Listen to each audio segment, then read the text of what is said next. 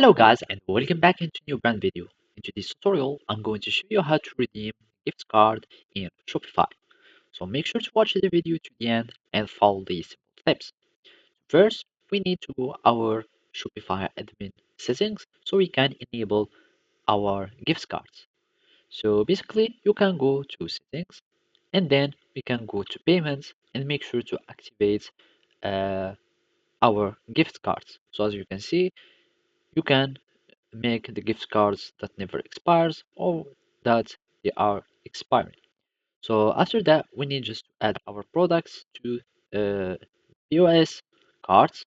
And basically we need just to go, for example, to our products, and then we need just to add it, and there you can add a gift card. So here we will find the gift cards, and from here you can create gift cards or add gift cards products.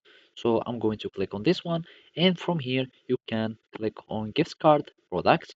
And for example, you can add denominations, you can add as many as you would like, and then let's give it a name. We'll save it and see if it is enough. So from here, you have created a gift card uh, product.